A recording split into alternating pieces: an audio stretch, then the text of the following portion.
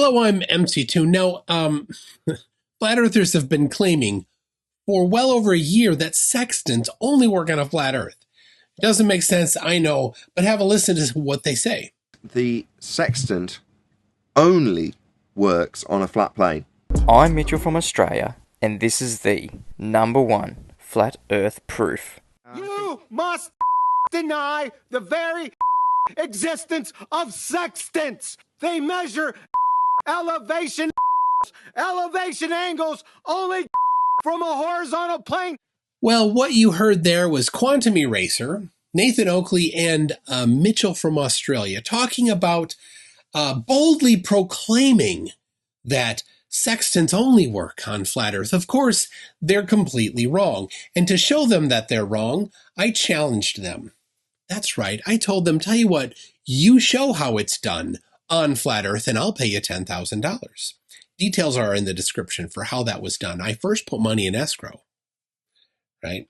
And I defined the clear, objectively measurable rules, and I described how there can be an independent judging panel. Now, you'd think that if I was willing to pay them $10,000 to make their words be true, they would be excited about it. In fact, they were not. Because what I did is I took a giant steaming crap on their claims about flat Earth and sextants.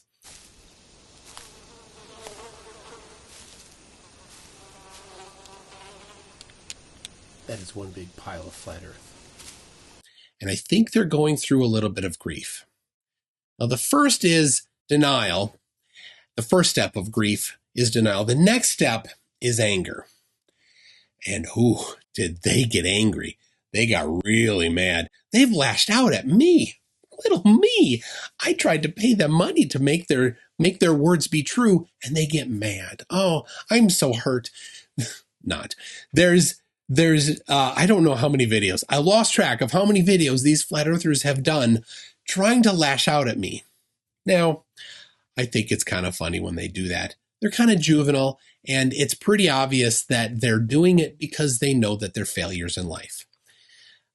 But it gets even worse than that, of course. Now, flat earthers, they have to lie. They love lying. The entirety of flat earth is a lie, so they're used to it. But Mitchell from Australia, now, he is very, very happy to lie. It's one of his skills, his special skills. His mom tells him about it all the time, I'm sure. And so he took a video. This video was when Brian Leak was on my show. And he's a flat earther, and he was trying to do the challenge, actually. Good for him. In the end, he had to use the globe. But he was describing to me what he was doing, and so we're having a conversation about it, and he was using triangulation. There is no triangulation in celestial navigation. I know this because I've done it. Flat earthers claim there is triangulation, but there's not. None of them have ever done it. No flat earther has ever done celestial navigation and gotten their fix. If they had, they'd be $10,000 richer, but they're not. So I was talking with Brian about this. And of course, he's talking about presuming that the earth is flat, and he's talking about how he would do it. He was using triangulation, which if the earth were flat and he wants to do it that way, maybe it would work. Of course, it didn't work. He had to use the globe. He used Google Earth, which is a globe, and the radius of the earth too, and everything. Anyway, he was a good sport about it. We had a nice chat, and he agreed that he did not satisfy the requirements of the challenge. Well, Mitchell from Australia, being the little scummy liar that he is, he clipped up that interview and tried to make it seem that I was saying things that I wasn't actually saying. Now, it won't take a smart person to figure out that there's a whole bunch of jump cuts, which is why none of the flat earthers noticed that there's a bunch of jump cuts. But here it is.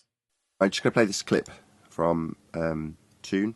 When Mitchell from Australia and Mr. Sensible were going back and forth, they kind of both had a point, because it seems like there's you could do it using both methods. Would you agree with that? No. There is no triangulation in celestial navigation. It's about the distance and about the angle to the GP. So you can draw it on your chart, draw a line there, and then you do it for all three, and you get your intersection. So it is actually triangulation. You can draw a triangle, solve the triangle, and know the angle that the light or that the object must appear to be. And so we can do triangulation, but we have to presume that the Earth is flat. But if you're doing triangulation, you do a triangle on the surface of flat Earth, presuming flat Earth. You get then. Hello, everybody. This is unusual. Sorry, that was the video from Flat Earth Math that I clicked on and it started playing. So yeah, I don't know. That's right. There's 5 different jump cuts, and the panel of people thought it was actually not edited. He thought that was the way that I had said it. Mitchell had to lie to put words in my mouth. Naughty, Mitchell. There's a good reason why you won top left this year. Not only are you exceedingly confident in your ignorance, but you're a liar.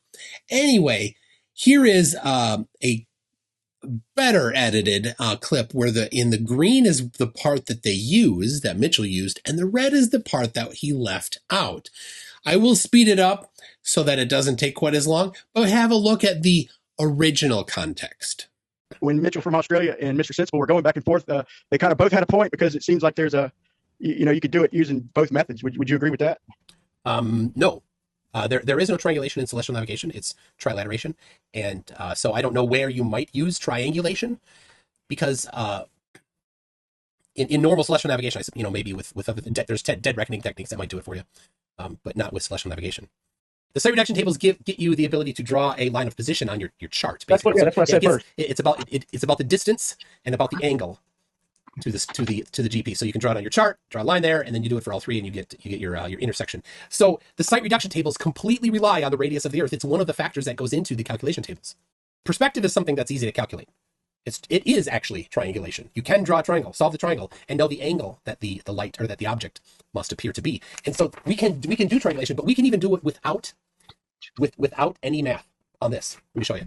Comparing them to a globe, right? No, this is just trigonometry. It has nothing to do with the globe. Well, you got to have a baseline to measure it by. Do you notice that this is for flat Earth? Do you notice right here? This is flat Earth. I'm doing this for flat Earth. Yeah. Okay. And I don't know why. Every time I do this and I draw a picture, and there's a flat Earth on it, people are like, that's for the globe. No, it's not. This is for flat Earth. This is presuming that the Earth is flat. So you presume that the Earth is flat, and then you presume that light does this with no plausible mechanism for it. Then you say it's perspective. But if you're doing triangulation, you do a triangle on the surface of flat Earth, presuming flat Earth. You get then. Hello, everybody. This is unusual. Sorry, that was the video from Flat Earth Math that I clicked on and it started playing. So yeah, I don't know.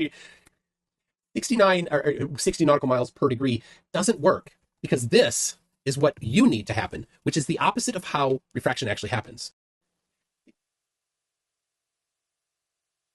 Okay, that's that. So, Mitch. Everyone else? Did I hear that? Hello, just Mitch. Is it him that's got the point on this? Go ahead, Mitch. It just seemed like a very awkward ending there when he realised what he was just saying, that he has to presume the flat Earth and draw the triangle on that flat Earth. Triangulation actually does work. Very, very awkward. Indeed, he's conceded the point. I just wanted you to point that out, Mitch. Indeed, that's a concession. There you have it. Mitchell had to lie, had to intentionally manipulate that video to try to make me sound like I'm supporting his point. I'm not. Of course not. I have done celestial navigation. Mitchell has never done it, and he speaks on it as if he's an expert. He can't even get a 3-star fix. I can. So he lies to support that I somehow say things. But I love this, though. It shows their absolute desperation. It shows that they have nothing. Because if they did, if they were right, they would fight each other to get the answer to my challenge as quickly as possible and get that $10,000. Or at least humiliate me by doing it, by showing it. But they can't. They have to lie. And that's vindication for me. That tells everybody that they have nothing, that they are absolutely full of crap. The crap that I dumped on their sextant claims. So thank you for that, Mitchell. You are quite disgusting to have to do that, but We all know you gotta lie to Flerf. And then Nathan Oakley and his band of idiots, his troop of morons. Well, they all fell for it because none of them are critical thinkers. None of them were smart enough to realize that Mitchell had all those jump cuts in it. It's pretty obvious watching it. But everybody that sees it and fell for it, it shows how dumb they are. I love it. Post it more, guys. It shows your pure desperation. If you were right, you would just do the challenge. You would just show the position on your precious flat earth, but you can't. So anyway, anger is step 2 of their grief process. Next is bargaining. Be sure to subscribe and hit the bell notification so that you can see what it is that they do when they start bargaining for their grief.